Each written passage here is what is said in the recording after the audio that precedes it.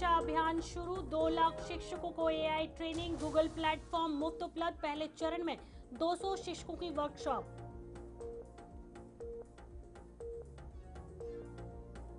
लुंड्रा में 280 करोड़ के विकास कार्य, सीएम साई ने किया भूमि पूजन और लोकार्पण। किसान सम्मेलन में विकास का संकल्प।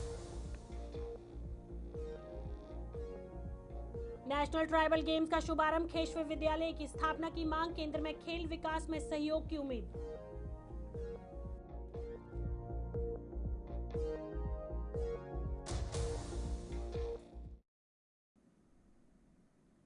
छत्तीसगढ़ के इस खास बुलेटिन में आप सभी का स्वागत है। मैं हूं रेनू आपके साथ। तो चलिए शुरुआत करते हैं कुछ खास खबरों से।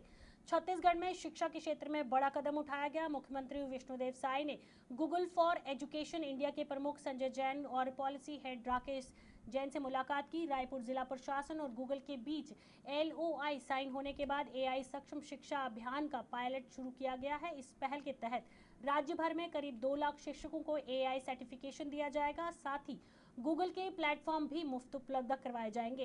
पहले चरण में 200 शिक्षकों के लिए वर्कशॉप आयोजित किया जा रहा है।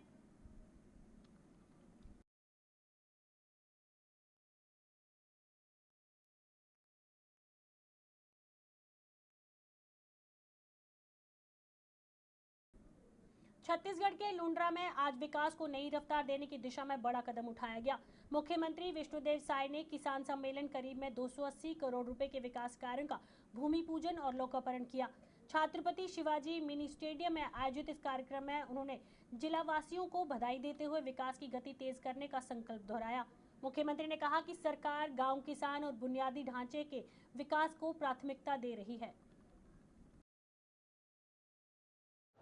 आज लुंड्रा की पावन भूमि में किसान सम्मेलन का आयोजन था और साथ ही आज 280 करोड़ के विकास कामों का शिलान्यास और लोकार्पण का भी कार्यक्रम था। और इस कार्यक्रम में हमारे प्रदेश के और सरगुजा के माटी पुत्र कृषि और ट्राइबल मंत्री श्री रामेश्वर नेताम जी की उपस्थिति रही। क्षेत्र के सांसद चिंतामणि महाराज जी उपस्थित थे। यहाँ के लोकप्रिय विधायक प्रबोध मीन जी, जिला पंचायत अध्यक्ष प्रबुद्धन और किसान दाता सब उपस्थित हुए और अच्छा ही कार्यक्रम रहा। तो पूरे जिलावासियों को सौगात के लिए 280 करोड़ के विकास का सौगात मिला। मुख्यमंत्री विष्णुदेव साय ने दिल्ली प्रवेश के दौरान प्रधानमंत्री नरेंद्र मोदी और गृह मंत्री अमित शाह से मुलाकात की। उन्होंने छत्तीसगढ़ की जनता की ओर से नक्सलवाद उन्मूलन के प्रयासों और जवानों के साहस के लिए धन्यवाद दिया। बस्तर क्षेत्र के विकास के लिए कृषि, वनोपज मूल्य संवर्धन, पशुपालन, मत्स्य पालन और होम स्टे पर्यटन पर जोर दिया। नारी शक्ति वंदन अधिनियम का स्वागत करते हुए 33% महिला आरक्षण पर खुशी जताई। साय ने भाजपा और एनडीए की आगामी चुनाव में मजबूत स्थिति पर भरोसा जताते हुए मोदी पर जनता के बढ़ते विश्वास को सराहा।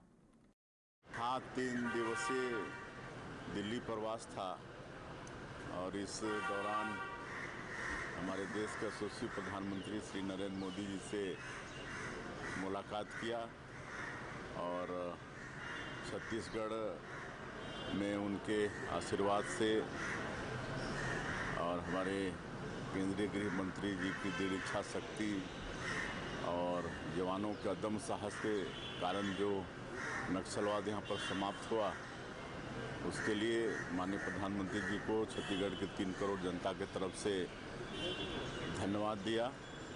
और बस्तर क्षेत्र जो 4 दशकों से विकास से अछूता रहा, वहाँ के लोग विकास से वंचित रहे, उसको आगे कैसे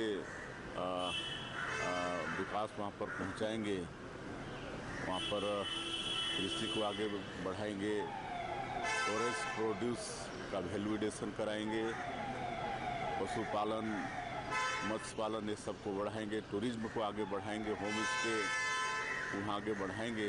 इन सारी बातों की जानकारी उनको दी और आदरणीय राष्ट्रीय अध्यक्ष श्री नितिन नवीन जी से भी मुलाकात किया और उनसे भी प्रदेश के विषय में चर्चा हुई और माननीय श्री प्रकाश जी से भी मुलाकात हुई।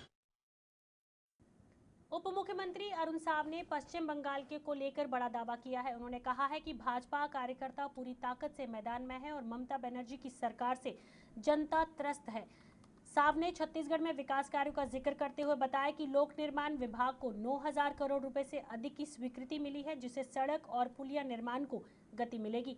उन्होंने कहा कि सीएम विष्णुदेव साय के नेतृत्व में राज्य में 4 लेन और हाई स्पीड सड़कें बनाई जाएंगी। साथ ही असम में शांतिपूर्ण मतदान और भाजपा कार्यकर्ताओं के उत्साह का जिक्र करते हुए साव ने एनडीए की तीसरी बार सरकार बनने का दावा किया। देखिए, इस वित्तीय वर्ष में लोक निर्माण विभाग को 9,000 करोड़ रुपए से अधिक की प्रशासकीय स्वीकृति मिली है। एक योजना बनाकर हम छत्तीसगढ़ के सड़कों को उन्नयन करने का काम, मजबूत करने का काम, नए सड़कों के निर्माण का काम, पहुंच विहीन गांव में सड़क पुल पुलिया पहुंचाने का काम, इसको योजना बनाकर कर रहे हैं। विकसित छत्तीसगढ़ के निर्माण की दिशा में विष्णुदेव साय जी के नेतृत्व में हमारी सरकार छत्तीसगढ़ में आवागमन की सुविधा बढ़ाने के लिए, विस्तार करने के लिए ये लगातार काम कर रही है।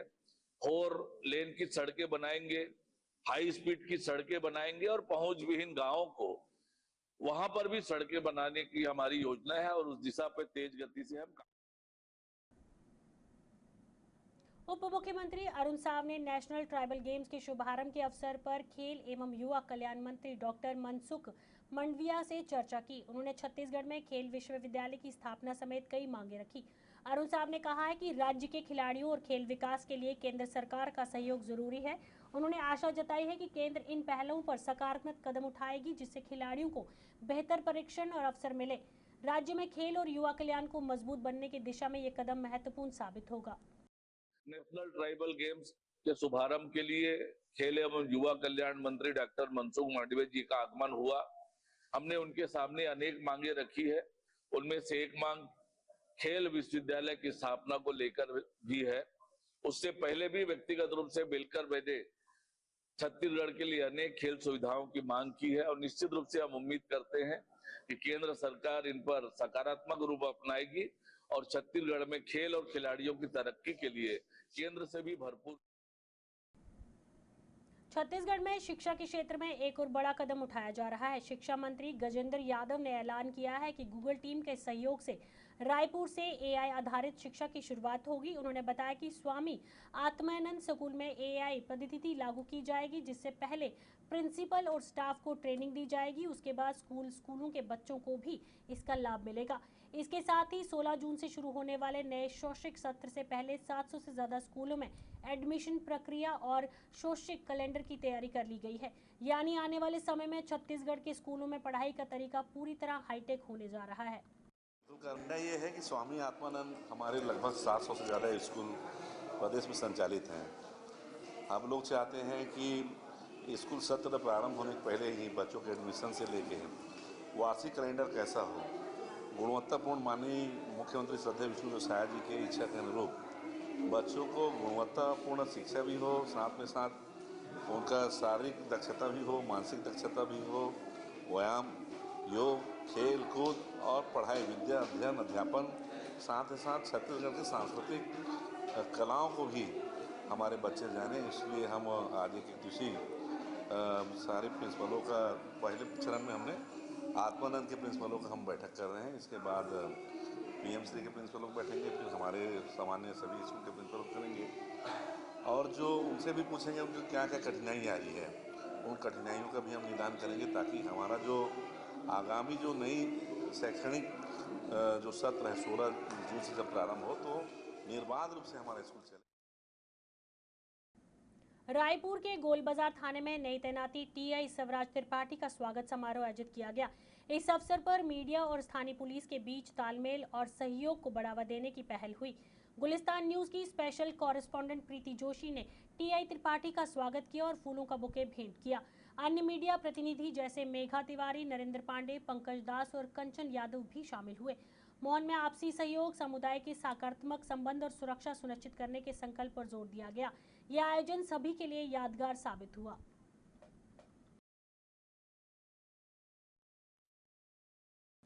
यातायात शहर की यातायात को सुख व्यवस्थित करने के लिए ट्रक, ऑटो, टैक्सी संचालकों की बैठक आयोजित की गई। पुलिस अध्यक्ष धर्मेंद्र सिंह ने निर्देश पर अतिरिक्त पुलिस अध्यक्ष पुष्पेंद्र सिंह बघेल और अमित पटेल के मार्गदर्शन पर नवनियुक्त यातायात प्रभारी पुष्पेंद्र सिंह ने बैठक ली।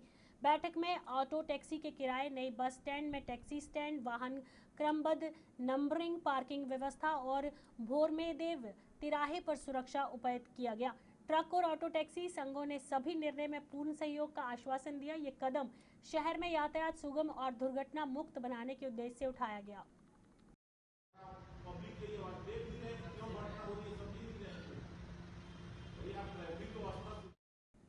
रायपुर में पुलिस कमिश्नरेट ने ड्रोन आधारित पुलिसिंग की शुरू की है। डीसीपी मयंकर गर्जर आईपीएस के अनुसार 3-4 ड्रोन क्राइम हॉटस्पॉट की निगरानी करेंगे। पिछले 5 से 6 साल अपराध डेटा का विश्लेषण एआई द्वारा हॉटस्पॉट चिन्हित किए गए हैं। ड्रोन अवैध अड्डेबाजी, भीड़ भाड़ वाले जुलूस में संदिग्ध और ट्रैफिक जाम पर नजर रखेंगे। प्रारंभिक ट्रायल 3 स्टेशनों पर सफल रहा।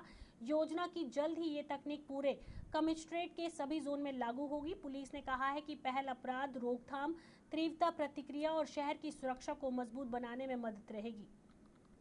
पुलिस कमिश्नरेट के पास में जो 3 से 4 ड्रोन अभी हैं और उसको लेके हम लोग ड्रोन बेस्ड पुलिसिंग और drone based crime hotspot patrolling करने का जो प्लान किए हैं। तो हम लोगों ने इनिशियली क्या किया कि जो हमारे पास में पिछले 5-6 साल का क्राइम डेटा था उसको हम लोगों ने एआई की मदद से एनालाइज किया। उससे जो क्राइम हॉटस्पॉट्स आए हमारे पास में, उन हॉटस्पॉट्स का हमने मार्किंग किया हुआ है और उन मार्किंग के ऊपर जो ड्रोन है उसे उड़ाया जाएगा ताकि जो लोगों की शिकायतें आती है कुछ जगह अड्डेबाजी हो रही है और अगर तुरंत हमको चेक करना है कि वहाँ पे सिचुएशन क्या है ग्राउंड पर, तो उसके लिए एक तो ड्रोन यूज़ करेंगे। सेकेंडली, बहुत बार जुलूस होते हैं, बड़े बड़े जुलूस होते हैं जिसमें जो पुलिस का movement on field is very difficult.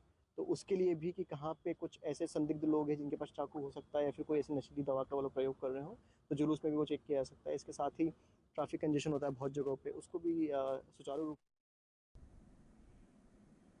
आम आदमी पार्टी ने डिजिटल जनगणना को लेकर सरकार पर सवाल उठाए हैं।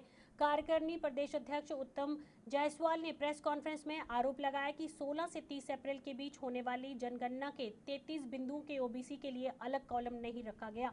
उन्होंने कहा कि मंडल आयोग के अनुसार देश में करीब 52% ओबीसी आबादी है, जिसकी अनदेखी करना तानाशाही रवैया दर्शाता है। साथ ही साथ चेतावनी दी गई है कि 13 अप्रैल को हर जिले में कलेक्ट्रेट के माध्यम से प्रधानमंत्री के नाम ज्ञापन सौंपा जाएगा और मांग पूरी होने पर बड़ा आंदोलन किया जाएगा। 52% आबादी जो है ओबीसी की थी।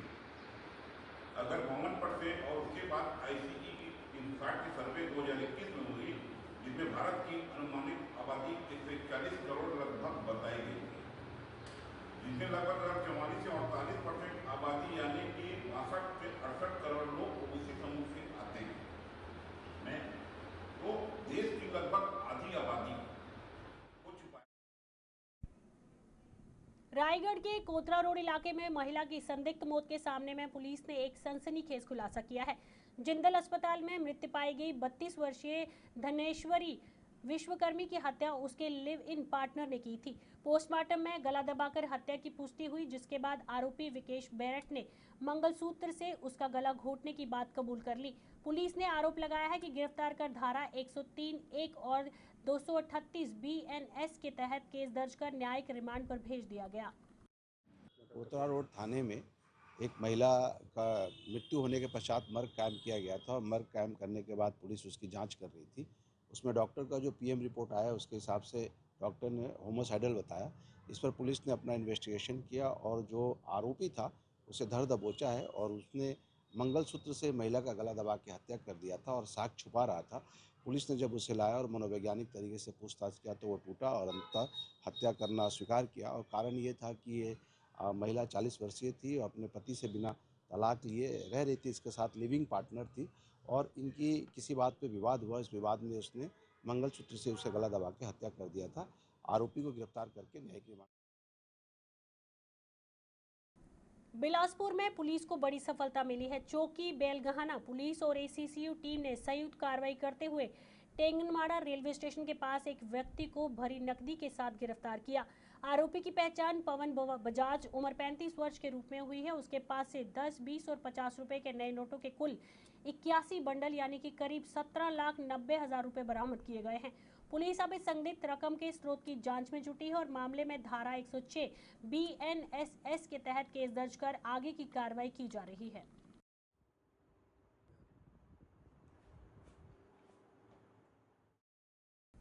छत्तीसगढ़ में निजी स्कूलों में चल रही बहस के बीच आशाकीय विद्यालय संचालक संघ ने अपनी स्थिति स्पष्ट की है। प्रदेश अध्यक्ष सुबोध राठी ने कहा है कि स्कूल RTF के 25% आरक्षण का पालन कर रहे हैं। साथ ही नर्सरी RTE बहाली, फेल प्रावधान और शुल्क नीति पर सरकार से स्पष्ट निर्णय की मांग की गई। उस समय से जो समाचार पत्रों में जो लगातार ये बात आ रही है कि अशासकीय विद्यालय शासन को सहयोग नहीं करेगा, अशासकीय विद्यालय RT के अंतर्गत बच्चों का प्रवेश नहीं लेगा और अशासकीय विद्यालय शासन के किन्हीं नियमों का पालन नहीं करेगा। खंडन करते हैं कि किसी भी प्रकार से अशासकीय विद्यालयों ने इस प्रकार का निर्णय नहीं लिया है। हम भारत सरकार के कानून का सम्मान करते हैं, हम संविधान का सम्मान करते हैं, हम छत्तीसगढ़ सरकार के नियमों का पालन करते हैं। हमारी लड़ाई हो सकती है सरकार से, हमारी लड़ाई हो सकती है, लड़ेंगे मगर नियमों का पालन करेंगे। गरीब बच्चों का हक नहीं मारेंगे। गरीब बच्चों का जो 25% हक है वो उनका। छत्तीसगढ़ के बुलेटिन में फिलहाल इतना। इसी के साथ दीजिए इजाजत। नमस्कार।